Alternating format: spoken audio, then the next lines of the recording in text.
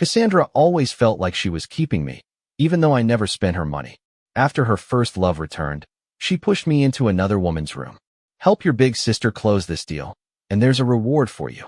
But when I actually started appearing in public with that woman, Cassandra broke down. I didn't say anything. Who allowed you to change your mind? I had been out with Cassandra at a karaoke bar until late at night. She playfully tapped my chin, and I uncomfortably pulled away.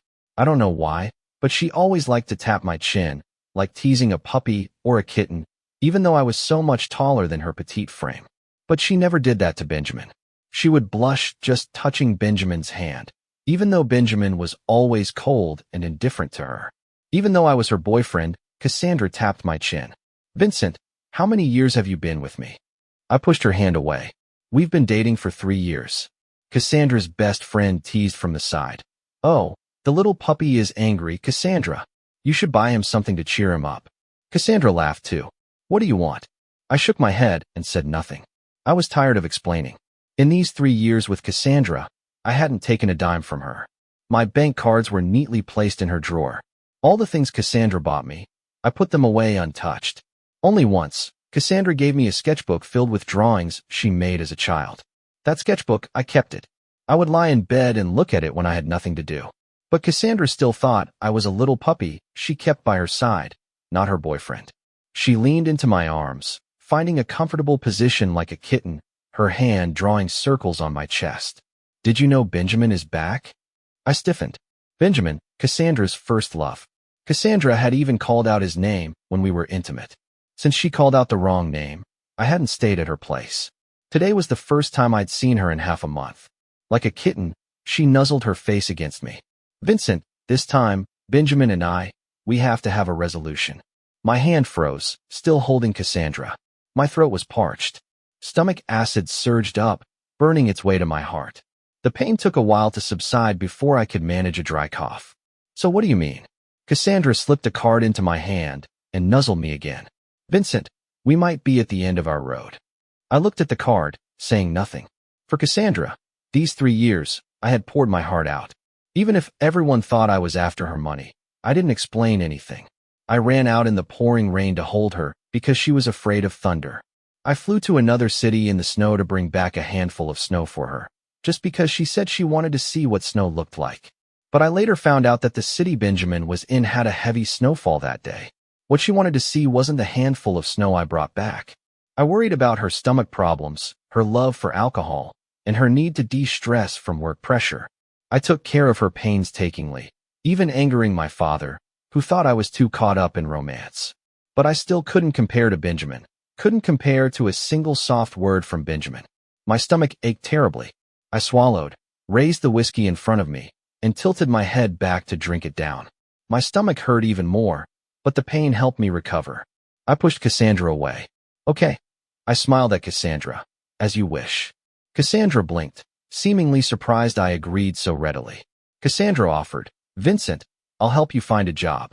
But I shook my head, refusing her, stood up, and patted my clothes. No need, Cassandra. Everything you've given me these 3 years, whether it's cards, watches, or limited edition sneakers, I've kept them all in a safe. The password is your birthday. I turned to leave. Cassandra grabbed the corner of my shirt. Vincent, wait. Her delicate face tilted up, looking at me. You don't seem sad at all about breaking up. I didn't speak, just turned and walked away. As I was about to leave the private room, Cassandra chased after me, phone in hand. No one was singing at that moment. The room was quiet, and I could even hear Benjamin's voice on the other end of the phone. Only if you make him go to that room will I believe you two won't get back together. Cassandra hung up, her expressionless face and pretty, fox-like eyes narrowing slightly, a sign she was about to get angry. She hung up and pointed at my chest. Vincent, I'll ask you one more time. Why did you agree to break up without a word? Don't you feel sad? I looked down and chuckled. Weren't you the one who wanted to break up? I'm just listening to you. How is that wrong? Cassandra's eyes narrowed again. After a moment, she smiled. Good, very good. She took out a card and threw it at me. This is the key card to a room upstairs. There's a woman inside. I need you to go and make her happy so my negotiations tomorrow go smoothly. Do it well, and I'll give you a hefty breakup fee.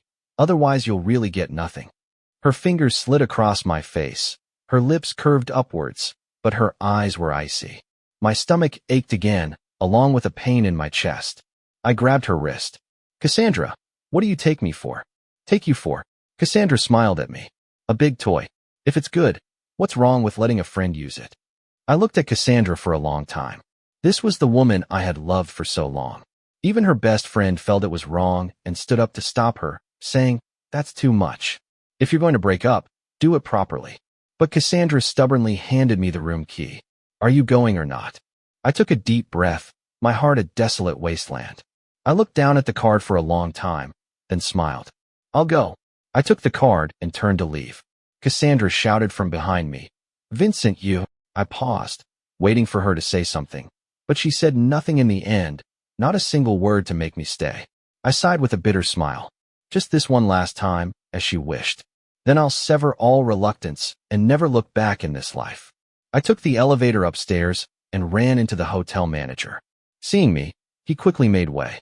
"Young Mr. Davis, you're here. Does Mr. Davis have any instructions?"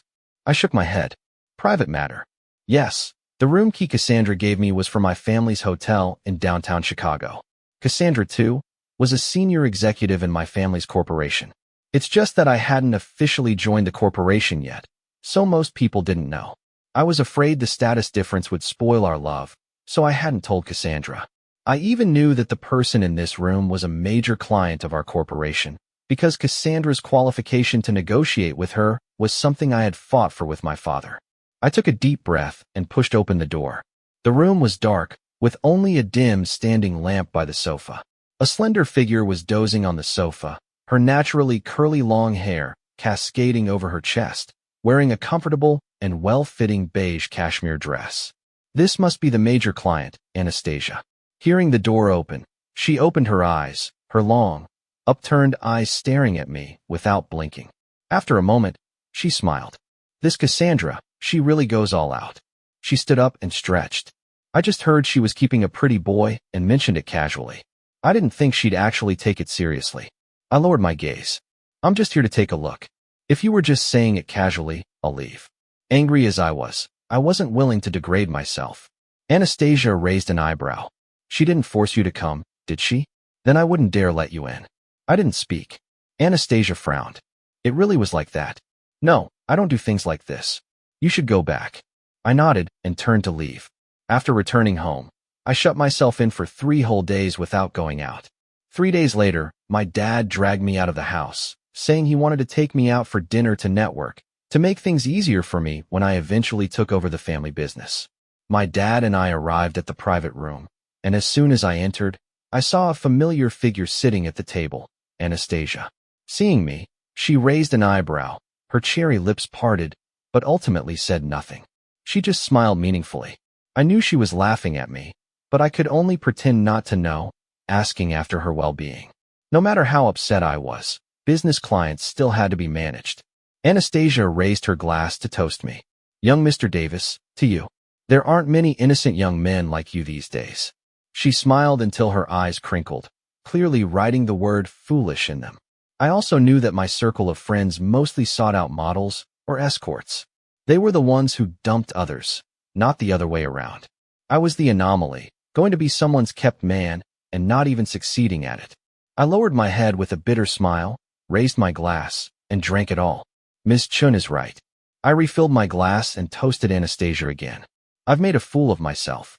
The alcohol hitting my sorrowful gut was too harsh, choking me up and bringing tears to my eyes. My dad, who always indulged me, quickly patted my back. "Look at you, drink slower. Don't let Miss Chun laugh at you." I coughed while wiping the corner of my eye and smiled. "Yeah, I think I look like a joke too." I nodded at Anastasia. "Sorry, I've embarrassed myself." Anastasia stared at my reddened eyes for a while, said nothing, just nodded. For the rest of the evening, she didn't toast me again, but the look in her eyes softened considerably. After dinner, my dad asked me to take Anastasia back to her hotel. We were silent in the car, Anastasia looking out the window the whole way. As we neared the hotel, she turned back and looked at me. "I'm sorry." I was a bit puzzled. "Sorry for what?" "You didn't do anything." Anastasia shook her head. "I was mentally laughing at you, but then I suddenly realized I was laughing at your pain. I shouldn't laugh at someone who's in pain." "I'm sorry." I lowered my eyes and shook my head. No need to apologize. I deserve it. The car pulled up to the hotel entrance. I got out and opened the door for Anastasia. I won't see you up. But Anastasia looked at me and said, "Don't you want to continue drinking?" She smiled. Her narrow, beautiful eyes narrowed. I brought whiskey. I hesitated for a moment. It's quite late now. She was a major client, and I didn't want to refuse her directly. Besides, she was a girl, and frankly, if she invited me up, she was the one at risk. Anastasia smiled again. "I'm not afraid of you. Why are you afraid of me?" Though she was smiling, a hint of seriousness flashed in her eyes. "I've been hurt too. I just empathize with you." I was moved by that fleeting pain in her eyes. If there were a mirror now, my eyes would probably show the same dejection. I closed the car door. Then it would be rude to refuse.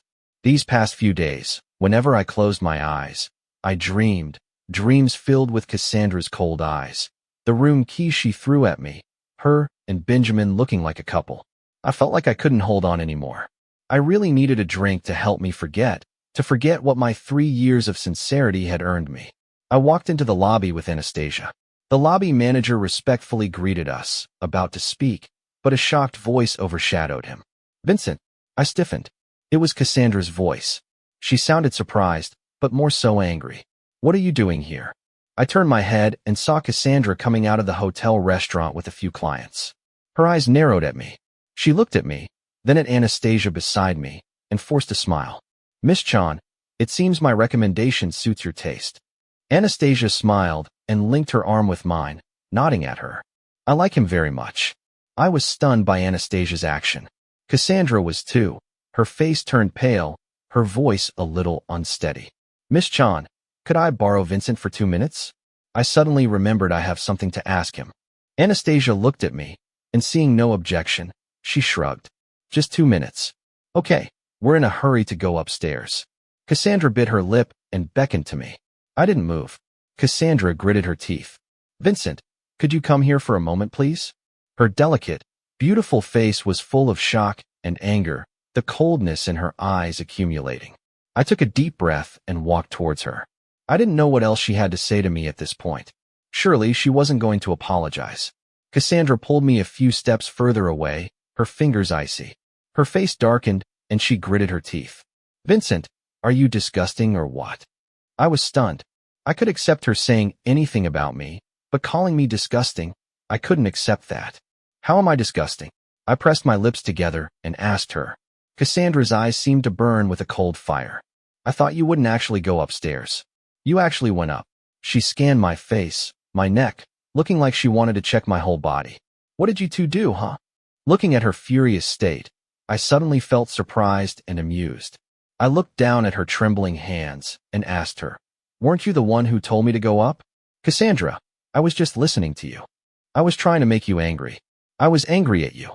The fire in Cassandra's eyes burned brighter, reddening her irises. "How was I supposed to know you'd actually go sleep with someone else?" "Vincent, do you have any shame?" Cassandra was a senior executive, usually composed and unreadable. Towards me, she was always somewhat indifferent, more often teasing me.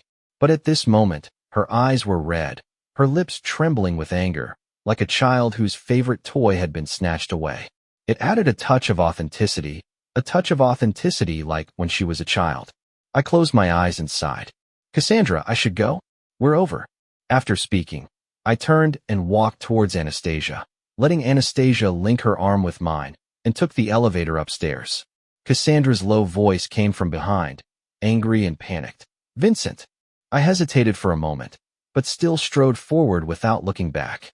Anastasia and I drank a lot. I didn't speak, and she didn't either, just silently pouring wine, silently toasting, silently drinking it down. I looked out the window, thinking about my past 3 years. She looked out the window. I don't know what she was thinking. After a long time, a mistiness flashed in her eyes, and she smiled at me. "Why are there so many people in this world who don't cherish what they have?" She smiled bitterly. "Trampling on someone else's sincere feelings, don't they feel bad?" I shook my head and drained my glass. Anastasia turned her head to look at the city lights outside the window. The mist in her eyes condensed into a teardrop, trickling down her face. We drank for 5 hours, from evening until dawn. I drunkenly carried a sleeping Anastasia to bed, tucked her in, and staggered downstairs. Walking through the lobby, I heard a voice call me, "Vincent." I turned around and saw Cassandra, curled up on the lobby sofa, a shawl over her, her hair disheveled and her eye makeup smudged. She called out to me with red eyes, "Vincent, I waited for you all night. Why did it take you so long to come down?" She walked towards me.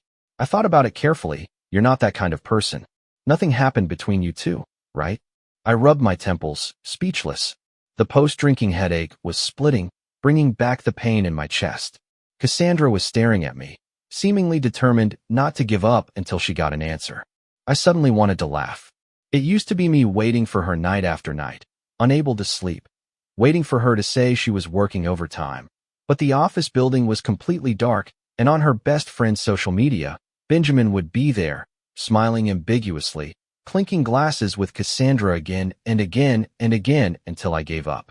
Then she waited for me all night. Why not sooner? I laughed out loud. Cassandra, does any of this still have anything to do with you? Is there any need for explanations between us anymore? Cassandra paused, seemingly trying to think of a reason, then said after a moment, "You owe me money. Why can't I ask?" I pressed my temples, feeling disappointed for the nth time. It turns out that when disappointment accumulates to a certain height, it becomes despair. I was in despair over Cassandra. I covered my forehead, trying to suppress the headache. Cassandra, if you had cared about me even a little, you would have realized that in these 3 years, I haven't spent a single cent of your money. Your cards, I haven't touched them. Unfortunately, Cassandra didn't believe me. Then your clothes, watches, bags, that's my own money. I interrupted her, having lost all patience.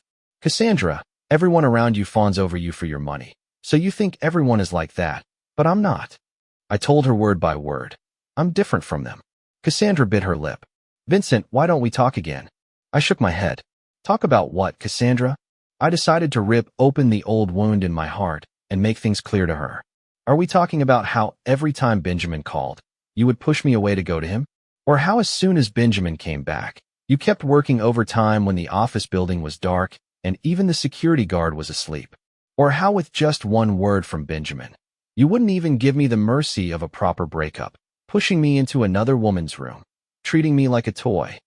Even though it was in the past, even though I had let it go, I was still trembling all over.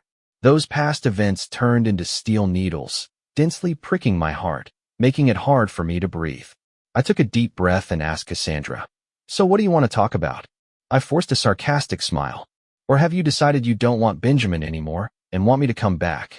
Cassandra fell silent. She suddenly started crying. Vincent, she covered her face, I can't do it. I've waited for him for too long. I closed my eyes. The pain in my chest tore at my insides. I heard my own voice, indifferent and distant. Fine then, leave me alone, okay? Don't care who I drink with, whose room I go into, whose bed I get into. From now on, it has nothing to do with you. Cassandra sobbed softly. I turned and walked towards the door. The cold, early morning wind was biting, sobering me up and blowing away the last trace of reluctance. After returning home, I drunkenly rummaged through my bedroom. After a long search, I found a sketchbook. It was the only thing of Cassandra's I had kept. Cassandra was a very good artist as a child. The sketchbook vividly depicted 2 children, a pretty, lively little girl and a quiet little boy. The little girl would hold the little boy's hand wherever she went, never letting go. Even when they were being extorted and pushed around by older kids, they held hands and refused to separate. The paper of the sketchbook had yellowed, and many pencil lines were faint, but I still treasured it. When Cassandra was about to throw it away, I picked it up and brought it home, looking through it often. Only when looking at the sketchbook could I feel that Cassandra had once given me warmth. Once, she had also firmly held my hand, refusing to let go. Closing the sketchbook, I fell asleep fully clothed. My dreams were a jumble. One moment, it was the childhood Cassandra holding my hand and running away together. The next, it was the present-day Cassandra looking at me coldly. I'm tired of playing. Let's break up. I slept until 10 o'clock in the morning. My dad had called me several times. Come to the company at noon. Take Anastasia out. Show her some sights. I realized my dad really wanted me and Anastasia to meet. Families like ours usually end up in arranged marriages. Others were resigning themselves to fate, Only I thought I could make it to the end with Cassandra. Only I defied my dad, refusing any blind dates he arranged, which is why I hadn't been called to work at the company yet. Even now, I still didn't want to marry someone I had no feelings for, didn't want to go through the motions of having children just for the sake of it, only to live separate lives after the child was born. I originally wanted to refuse, but then for some reason, I remembered last night, Anastasia looking at the night view outside the window, that single tear falling, that tear that slowly dripped onto the carpet silently. Even Anastasia's face was expressionless, but when the night light passed over her narrow phoenix eyes, I still saw a hint of dimness. That dimness made me unable to refuse. So at noon, I drove to my family's company building. I was scrolling through my phone in the lobby, waiting for Anastasia to come down. As I was scrolling, a pair of beige high heels appeared in my line of sight. I thought Anastasia had arrived and looked up with a smile. I've been waiting for you for a long. But when I looked up, I saw Cassandra. She was in a business suit, with light makeup that couldn't hide the dark circles under her eyes, making her pretty face look exhausted. She looked at me faintly. Vincent, you came looking for me, right? But what's the use of you looking for me now? That day, I called you like that, and you didn't even look back. I paused. I'm not looking for you. Cassandra frowned. Who else would you be here for if not me? I'm waiting for someone. Just as I finished speaking, someone tugged at my sleeve. Then that person linked her arm with mine, smiling sweetly. Shall we go? I turned my head. It was Anastasia. Today, she was wearing a denim outfit, her hair in 2 braids, looking much cuter than the previous 2 times I'd seen her. She tilted her head and smiled at me. Weren't you here to take me out? Looking at her smooth forehead and the dimples at the corners of her mouth, I suddenly felt like I was bathed in sunlight, warm and toasty. I nodded. Let's go. I'll take you to the wetlands park first, then we'll go hiking. Anastasia and I walked out together. I didn't even notice Anastasia was holding my arm, but Cassandra behind us cried out, Vincent, come back. I didn't stop. Cassandra's voice was tinged with tears. Come back, look at me just once. I waved back without turning, drove off in my sports car, and took Anastasia away. Many people from the company were watching my car, and Cassandra was the most shocked one. Cassandra sent me a text. Where did you get that sports car? Did Anastasia give it to you? Vincent, are you with her for money? But after a while, she sent another. Vincent, you're not that kind of person, are you? Anastasia's circle is different from ours. I'm afraid she's just playing with you. I replied, aren't you just playing around too? Cassandra didn't reply. Anastasia took my phone. If you're out to have fun, then have fun. Why the long face? She looked out the window. There's no sadness that alcohol can't solve. If 1 round isn't enough, then 2. I thought of her tear again, and curiosity got the better of me. Miss John, it sounds like you also have some unresolved past issues. Anastasia averted her gaze and smiled at me. Call me Anastasia. She looked at the scenery of the wetlands park before us and said calmly, my ex-boyfriend, he didn't know my family background before and kept saying he loved me. Later, after I took over the family business, I refused many of his unreasonable demands, so he hired people to kidnap me, hoping to make a big score and then silence me. I was stunned. After a moment, I apologized. I'm sorry, I shouldn't have asked. Anastasia shook her head. It's okay, it's in the past. She tucked a stray strand of hair behind her ear. But during that time, I relied on drinking to get through it. That's why I suggested you drink last time. I know how painful it is to have your sincerity betrayed. She spoke lightly, but I suddenly remembered that Anastasia was only 26, forced to take charge after her father had a stroke, being kidnapped by her lover at that time. How desperate she must have been. I hesitated for a moment, then finally patted her shoulder. It's all in the past. I took Anastasia sightseeing. In between, I stopped to check my phone and saw Cassandra's best friend post on social media. Cassandra and her love are engaged. The picture was of Cassandra standing in the company lobby, accepting a bouquet of roses from Benjamin, a ring on her finger. Cassandra's best friend commented on her own post, someone successfully missed their last chance to make amends. I looked at the photo of Cassandra and Benjamin embracing, unable to describe the feeling in my heart. It was like whether I ducked or not, the axe would fall, and now it finally had. Instead, I felt a sense of relief. I put down my phone, took Anastasia hiking, to dinner, and to a movie. It was already 10 at night when I took Anastasia back. On my way home, I received a call. It was Cassandra, heavily drunk. "Vincent, didn't you see my social media post? Why didn't you react?" I laughed. "What reaction do you want? Want me to congratulate you and send a gift?" Cassandra faltered, her voice hoarse. "Vincent, you're not happy, are you?" she said. "As long as you're not happy, just say the word and I'll." But she didn't finish. I lowered my eyes sarcastically. "Do what? Surely not reject Benjamin." Cassandra paused, then paused again. I laughed out loud. "Cassandra, if you want my blessing, then you have it. I wish you and Benjamin a long and happy life together. Don't dwell on it. You can't bear to part with him." Cassandra didn't speak. After a while, just as I was about to hang up, she finally said, "I also thought I couldn't bear to part with him, but now I don't know, Vincent. I don't know how to choose. When I see you and Anastasia together, my heart feels like it's on fire."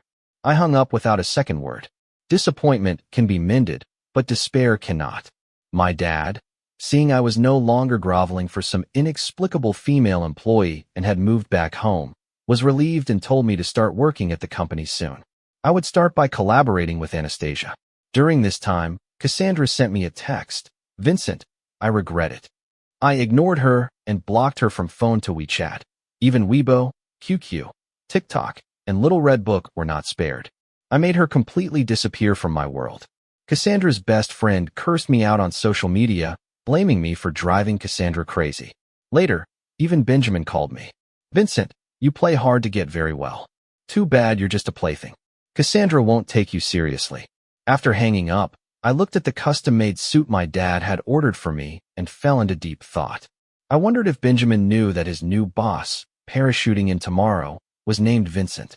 The next day at the department meeting, the collaborating department also attended. Benjamin and Cassandra, as managers, were in the conference room, waiting for the old chairman's son to arrive. They were on high alert, with eager smiles on their faces, waiting for me to push open the door. Cassandra stood up first. "Vincent, why are you?" Before she could finish, the general assistant behind her respectfully introduced me. "This is old Mr. Davis's son. We can just call him young Mr. Davis. From now on, we must cooperate well with young Mr. Davis's work and perform well." Cassandra froze. I watched her face turn paler and paler. "Vincent, it wasn't her fault.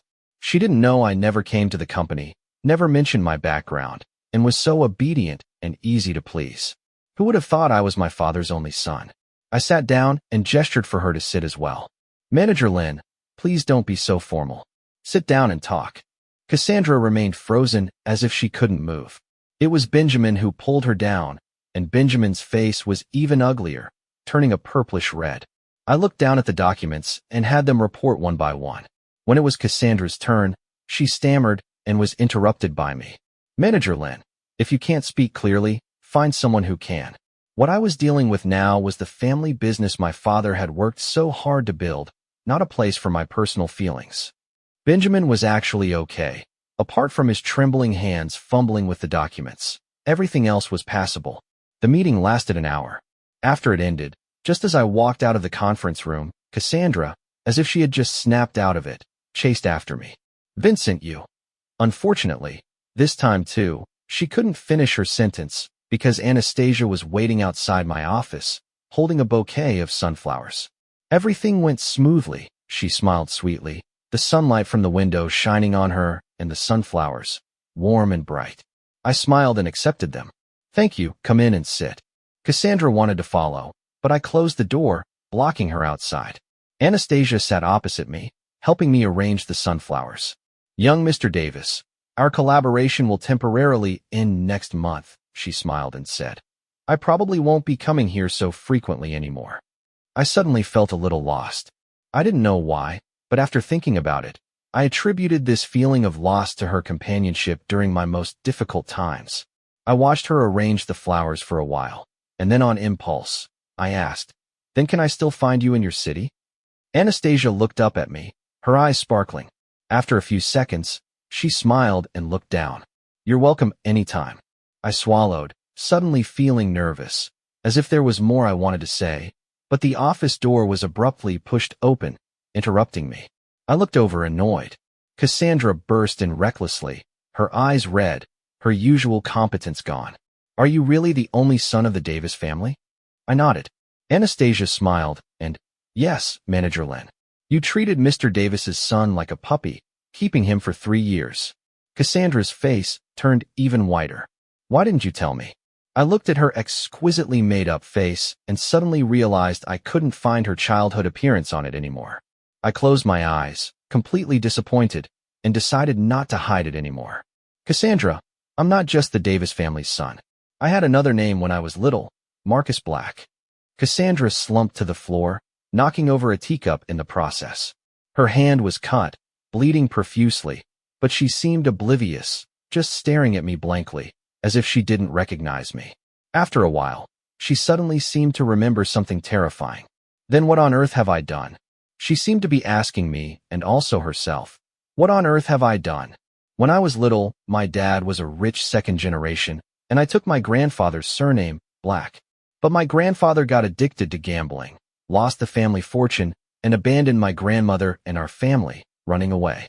We never heard from him again. Our family ended up in the projects, desperately working to pay off debts. The richest kid in school suddenly became the shabbiest, naturally attracting bullies. At that time, there was another girl in school named Cassandra. Because her father was disabled and her mother was mentally unstable, she had no one to back her up and was also a target for bullying. The first time I was bullied, Cassandra popped out from nowhere, grabbed my hand, and we ran off. She knew the terrain, her movements were evasive, and others couldn't catch up. That was the first time we met. In the days that followed, we huddled together for warmth. We got beaten together, fought back together, had our meager lunches stolen together, went hungry together, and pitifully begged the corner store for some food on credit. Later, my dad took me to develop in another city, and I transferred schools. Cassandra and I didn't want to separate, and even ran away from home. My dad had to call the police to find me. When we had to separate, Cassandra and I promised that I would definitely come back to find her. During the years we were apart, I never stopped thinking about the girl who had shared hardships with me.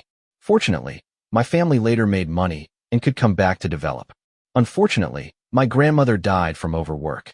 My dad said my grandfather abandoned his wife and son, and my grandmother dedicated her life to us, so he and I should take my grandmother's surname. So I changed from Marcus Black to Vincent Davis. By the time my family returned, Cassandra happened to be working at my family's company. She was excellent and hardworking, but she didn't recognize me. When I approached her, I found she was extremely reluctant to talk about her childhood. Anyone who knew her past had been cut off by her. I hid my past, pursued her earnestly, and finally stood by her side. I thought I had fulfilled my promise, but I didn't expect that I had only accompanied her for a part of her journey, as a backup. Now looking at Cassandra slumped on the floor, the heart that had once loved her felt no ripples at all.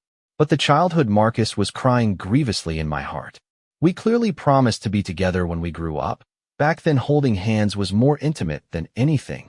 But in the end it turned out like this. I had someone bring iodine and bandages, squatted down, cleaned Cassandra's wound with iodine, applied a bandage, and smiled at her. I once thought we would really fulfill our promise and be together. Tears streamed down Cassandra's face. Her lips trembled so much she couldn't speak. Only whimpers could be heard, soft and painful. But somehow, we ended up here. I helped her up and stood. Cassandra, we can't go on like this. Let's end it here. Tears covered Cassandra's face. Her beautiful eyes were filled with pain and pleading. After a long while, she finally managed to speak, trembling. If I had known it was you, I would never have treated you like that. It's useless. I opened the office door. Cassandra, the best time has passed. We're at a dead end now. That day, Cassandra stood outside my office for a long time, crying until she broke down. Eventually, it alerted my dad. When my dad came down, I was handing Cassandra a sketchbook. This is the only thing I kept out of everything you gave me. Thinking about it now, there's no need to keep it anymore. We both need to move forward. Cassandra's trembling hands opened the sketchbook, looking at the naive brushstrokes inside, depicting 2 children, one getting beaten, the other crying in distress, one running away, the other leading the pursuers astray, one hugging the other, looking at the sky without a word. On the day they separated, the 2 held hands and vowed that they would definitely be together in the future. The strokes back then were full of sincerity. It made the later days seem like a joke. Cassandra turned to the last page, tears falling onto the sketchbook. She closed the sketchbook, turned, and ran away crying. Her staggering figure, her trembling shoulders, suddenly overlapped with the little girl who was chased and beaten in childhood. My dad stood beside me and asked, "Are you still keeping her?" I was dazed for a moment. If her performance is good, keep her. If not, then forget it. Actually, in my heart, I believed in Cassandra. The little girl who struggled out of the projects, who changed her temperament, who cut off her past. She absolutely deserved this position. She just didn't live up to her childhood promise. But it didn't matter. It was all in the past. I turned to look at Anastasia. "I'll be on a business trip to your place this month. Am I welcome?" Anastasia quietly looked at me. After a moment, she handed me a sunflower. "Welcome." Benjamin resigned. Even if he didn't resign, there was no way he could face me day in and day out, taking my orders. It's just that he had received a lot of help from Cassandra in his career. It was said that after resigning, he had trouble finding a job, aiming too high and achieving too little, and was thinking of coming back.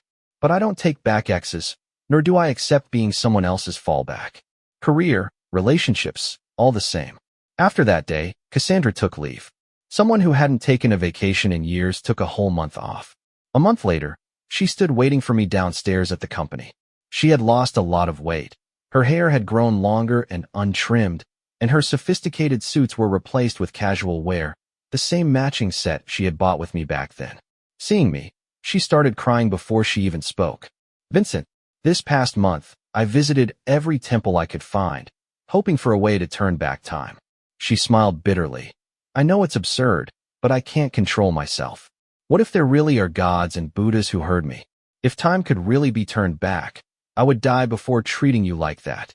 I looked at my watch. "Cassandra, I have to go pick someone up for dinner. Can we make this quick? Also, work has been very busy lately. I suggest not taking leave unless it's for health or family reasons." Cassandra was stunned. After a moment, she smiled bitterly. "I have no chance, do I?" I didn't speak because I saw Anastasia. Anastasia walked towards me with a smile. "I came early, afraid you'd get stuck in traffic." I reached out my hand to her. "Let's go eat early and then watch a movie." We walked hand in hand, both forgetting Cassandra was still there.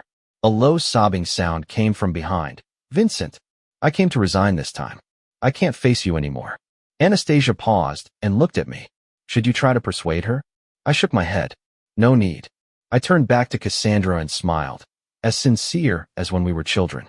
"Cassandra, I agree. I wish you a bright future." Turning around, I pulled Anastasia away. The crying behind us grew louder, eventually turning into howls of regret, but I couldn't afford to look back. There was still a long road ahead, waiting for Anastasia and me to walk together. I squeezed Anastasia's hand, and she gently squeezed back.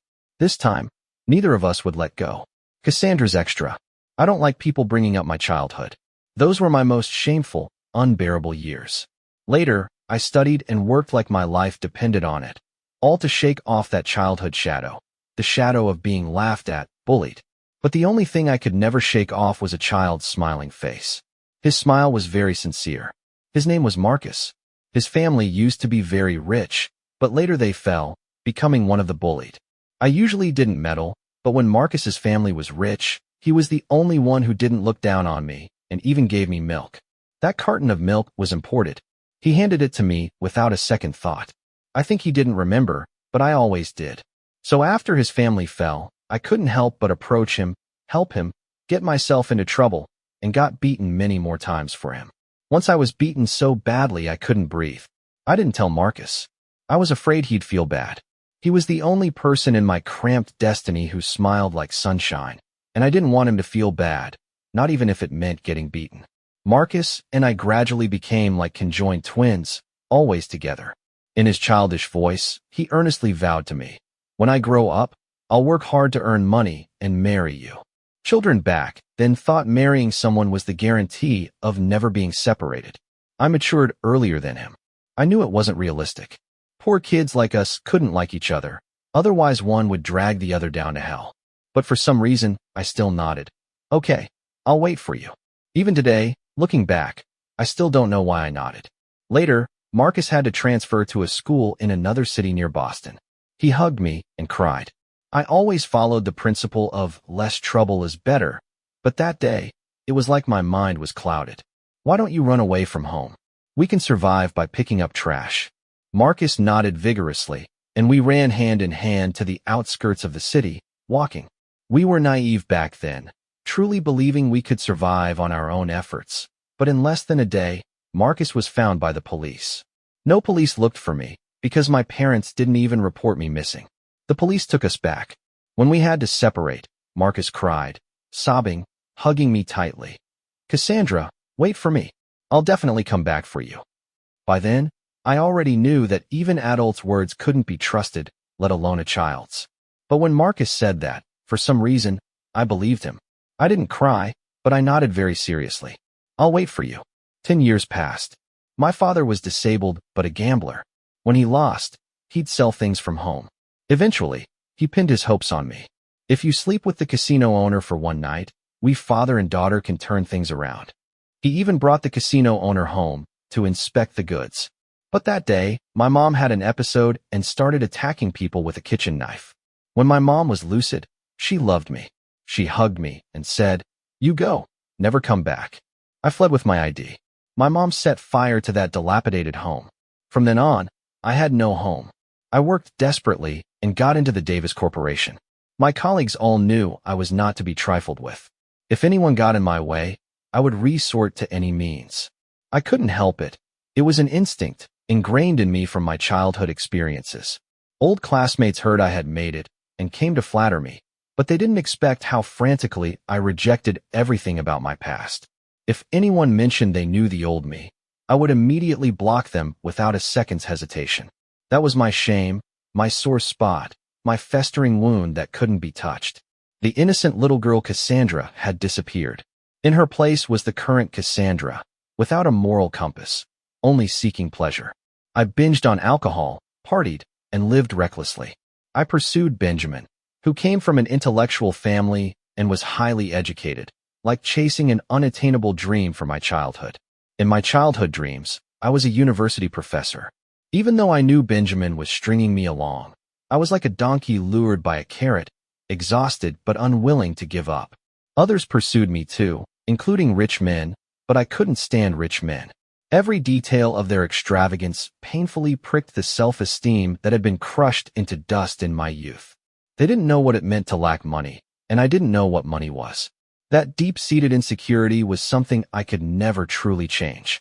So I was strung along by Benjamin, squandering my youth, twisted by self-loathing, living without purpose. Until one day at a nightclub in Miami, a handsome, almost beautiful young man approached me. He seemed unaccustomed to picking up girls in nightclubs, awkwardly downing drink after drink, thinking this would please me. I detested naivety, disliked such greenhorns, but that day I kept him. It wasn't his drinking that moved me. I just saw a familiar shadow in him, a shadow from my unbearable past, abandoned in the depths of my mind, a forbidden zone no one was allowed to touch. I guessed he was a promoter for the club. When I took him back, he heard me drunkenly calling my best friend, cursing those rich second-generation kids with the most vicious words, then cursing old classmates for shamelessly trying to get close to me. I saw him stiffen in the passenger seat. I thought he was scared of me and laughed, patting his head. "Don't worry, I'm not like this." In bed, he forced a smile and fell into thought. He said his name was Vincent. No money, no job. Our boss was also named Davis, so I teased him. "Go check your family tree.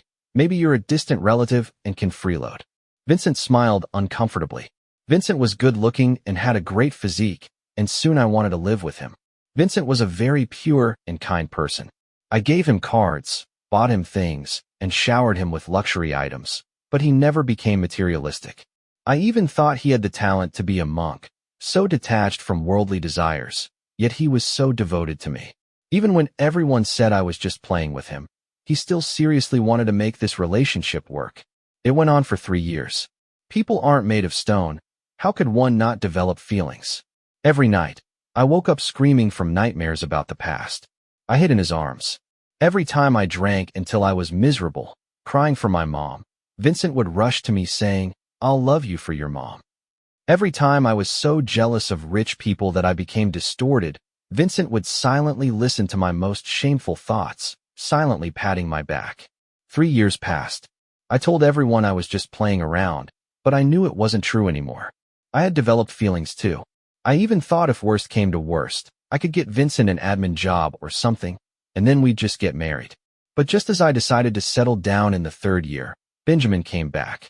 I didn't invite Vincent to his welcome party, but Benjamin still saw Vincent's photo through my best friend and said with a smirk, "He's quite good looking." I smiled and said nothing. A few days later, Benjamin applied for a transfer back to headquarters to work closely with me, asking me to help him more with business. I agreed. Benjamin was pleased and joked, "Kick that poor kid out. It's time to settle down." I frowned when I heard "poor kid."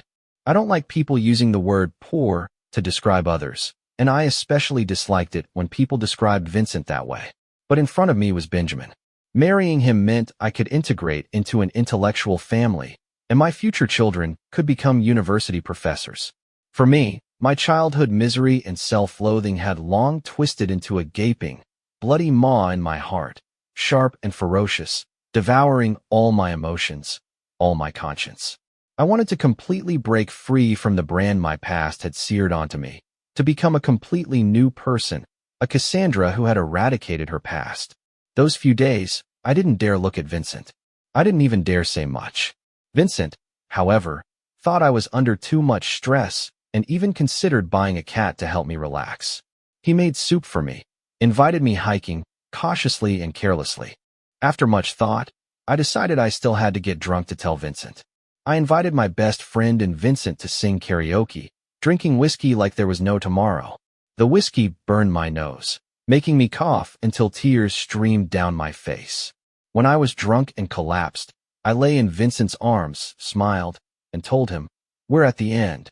I thought my years of cruel self-training had paid off. I had become an animal with only goals, no emotions. I actually said it just like that, then watched Vincent's eyes go from sparkling under the private room lights to completely dim. I thought he would beg me to reconsider. For a moment, I even hoped he would beg me. I felt that if he just opened his mouth, I would really consider it.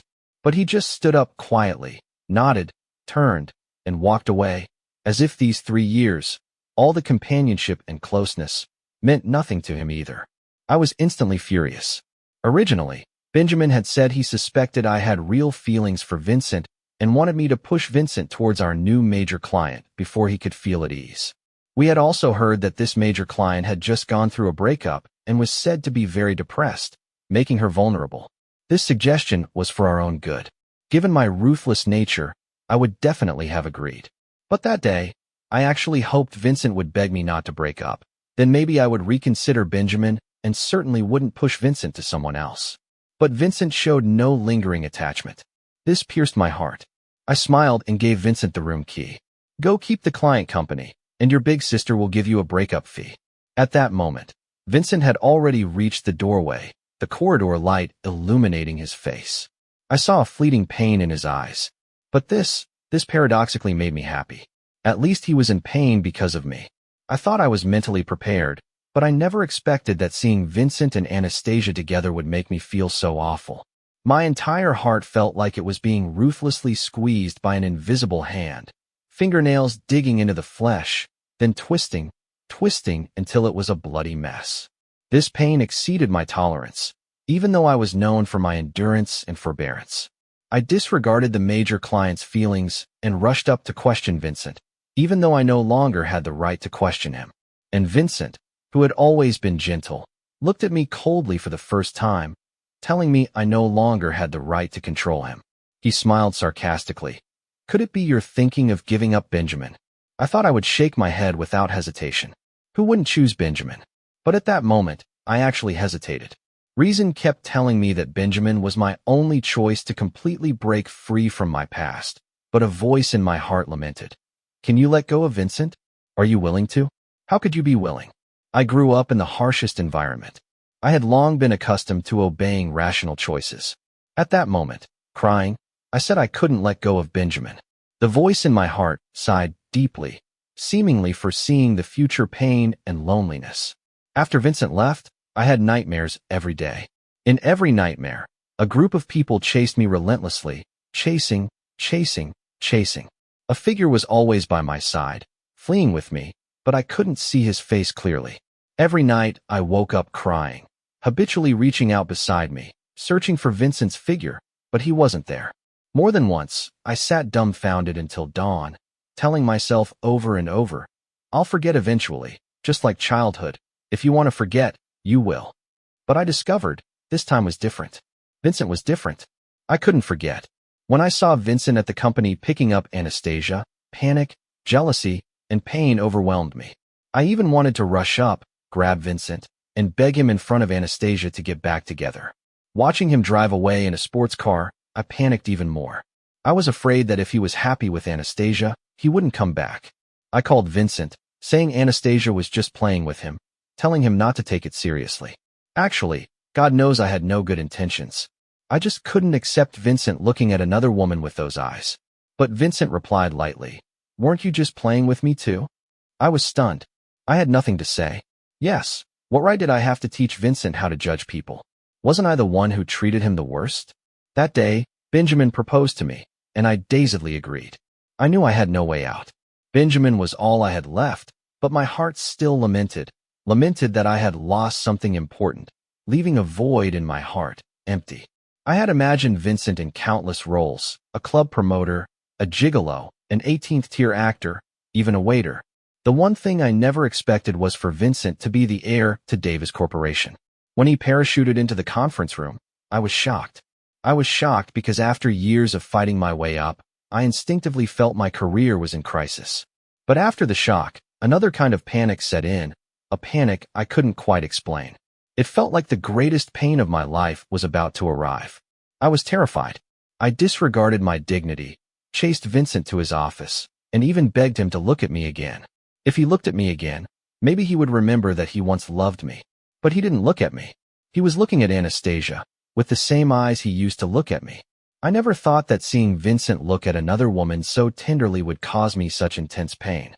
It hurt so much I clutched my chest, almost unable to stand. But it didn't matter, I told myself. After climbing up for so many years, there was nothing I couldn't endure. But the next second, Vincent told me he was Marcus. I couldn't hold on anymore. The moment the name Marcus appeared, I heard a loud crash in my mind. Boom. It was the memories I had deliberately walled off, buried so deeply. Those cruel, embarrassing, painful memories all rushed out, and in the deepest part of the ruins, a little boy stood quietly looking at me. "We promised to be together. Have you forgotten?" I fell, cutting my hand. Blood flowed out, staining my hand, but I didn't care. I stared at Vincent, finally remembering where I had seen him before. The lament in my heart turned into a wail. "I warned you. I clearly warned you." Tears unknowingly streamed down my face. The pain was so intense I truly couldn't stand up. My childhood pillar, my teenage hope, the only beautiful memory in my ugly past, the only pure existence. I had treated him like a toy, throwing him to others when I was done playing. I suddenly remembered after breaking up with Vincent, I found all the cards in the drawer and all the gifts in the closet. Only my sketchbook was missing. The sketchbook I had thrown away, which Vincent had picked up and treasured, carefully storing it. Inside were the heartwarming details of our childhood. And now, Vincent had returned that treasured sketchbook to me, severing the last connection between us. I covered my face and sobbed uncontrollably. Vincent applied iodine to my wound, put on a bandage. He sighed. "Cassandra, we've really come to the end." I seemed to hear him sighing too. In all those days I waited, if only once you had turned back, we wouldn't be here now. I suddenly had no strength to respond. I had fought for over a decade, never giving up easily on anything. As long as I could speak, I could defend myself, but at this moment, I had no strength left. I could wrong anyone, but I couldn't wrong Marcus. This was what broke me the most, enough to drain all my strength. Later, I took a month's leave. I visited every temple I could find, seeking a chance to turn back time.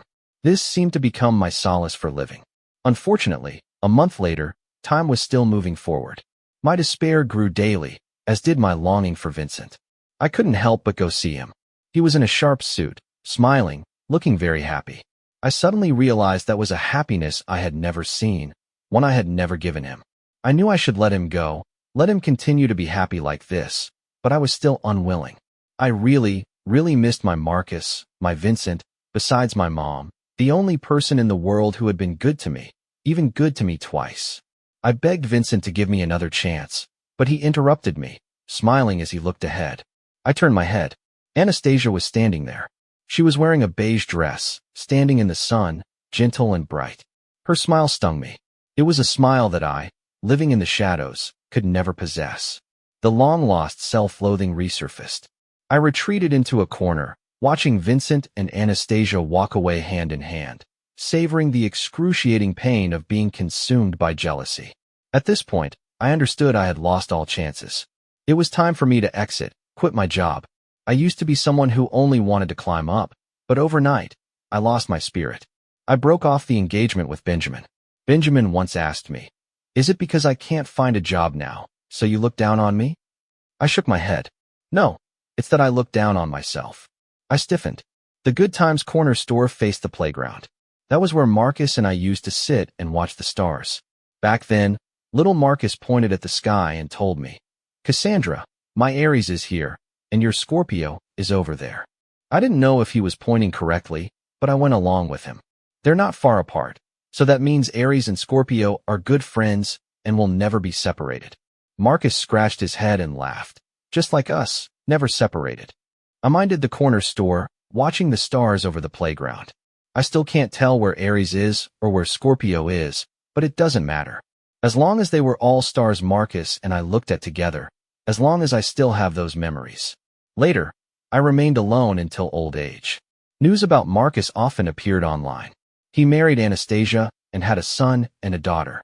His family business grew larger and larger, and he matured, no longer the naive boy who awkwardly pursued love. Once, a reporter gossiped and asked him, "Have you only loved your wife your whole life?" I saw him pause for a second, then smile and nod. Yes. I covered my face and wept. That year I was 50. That year, I could finally distinguish Aries from Scorpio, but it was useless. For the rest of my life, I would never see my Marcus, my Vincent, my boy again.